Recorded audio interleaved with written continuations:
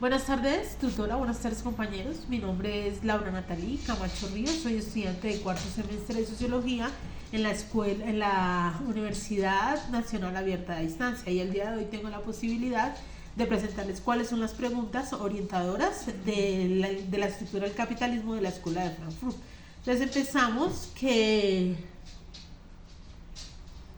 ¿cuáles son los principales problemas que estudia la teoría crítica y por qué se relacionan en el contexto particular del cambio social? Una de las problemáticas que estudia la teoría crítica es el cuestionamiento de las ideologías dominantes, es comprender a cabalidad, comprender cómo las percepciones o los dogmas empiezan a ser la estructura de poder, como lo es la hegemonía patriarcal que subyace tras la estructura social. El análisis de la estructura de poder, ¿sí? Entonces se observa como la estructura de poder, como la plutocracia, que viene a ser el mismo capitalismo, la mentalidad patriarcal y la discriminación racial y otras situaciones que se ven reflejadas en la vida cotidiana como los seres humanos, creando una represión y una exclusión.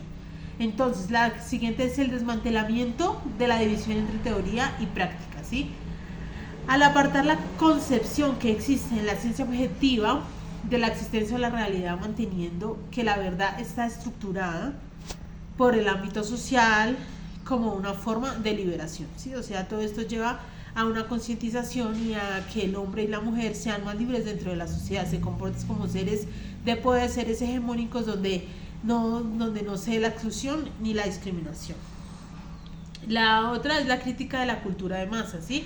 Se refiere a la idea de educación oculta tradicional y de mayor comunicación, donde se manifiesta como el sosteniendo la masa pasiva y abstraído de las muchas formas de injusticia social. Entonces sería la comprensión de la experiencia humana. Comprende la vida, llámese la experiencia o la realidad respecto a los diferentes hechos históricos o las vivencias personales, dentro de que está coordinado por el pensamiento sociológico del padre del psicoanálisis, que es Sigmund Freud, ¿sí? Al hablar cuál es la relación con el cambio, hablamos que es un despertar de la conciencia crítica, ¿sí? O sea, ¿qué hablamos ahí? Que al aclarar cómo la estructura de poder o dominación procuran que los seres vivos expliquen una manera de crear conciencia, reflexión, cavilación sobre una manera legible o legítima frente a la injusticia, a la desigualdad, a los hechos sociales que se ven a diario dentro de nuestra vida cotidiana, que refleja la realidad social, ¿sí?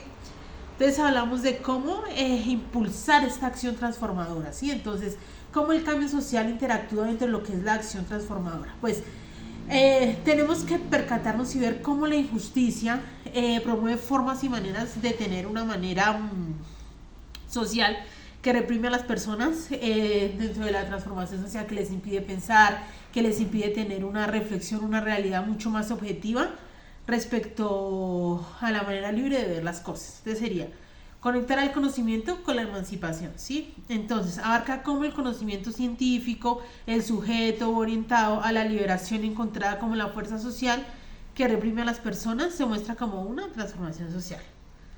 Abogar por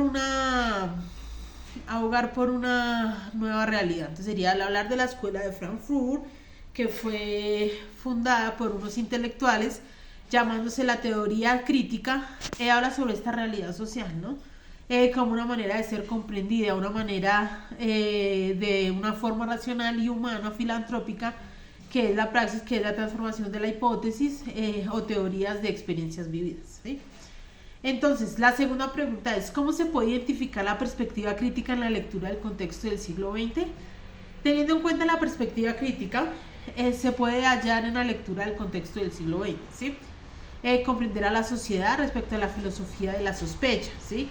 Esta nueva forma de observar anhela descubrir cómo la dominación o la estructura de poder no se hacen visibles y suelen ocultarse dentro de una neutralidad y progreso, basándose en la crítica a la razón instrumental y a la cultura de masas. Ya hablamos del cuestionamiento de la raza instrumental, ¿sí? La razón instrumental es aquella que trata solamente la eficiencia y beneficios para lograr una conclusión sin examinar los valores y la ética en el siglo XX. Esta perspectiva critica, pregunta cómo la ciencia, la tecnología y los sistemas económicos no se usarán por la liberación humana, sino para el control social y la dominación. Muchísimas gracias, profesora. Espero le guste. Gracias, compañeros.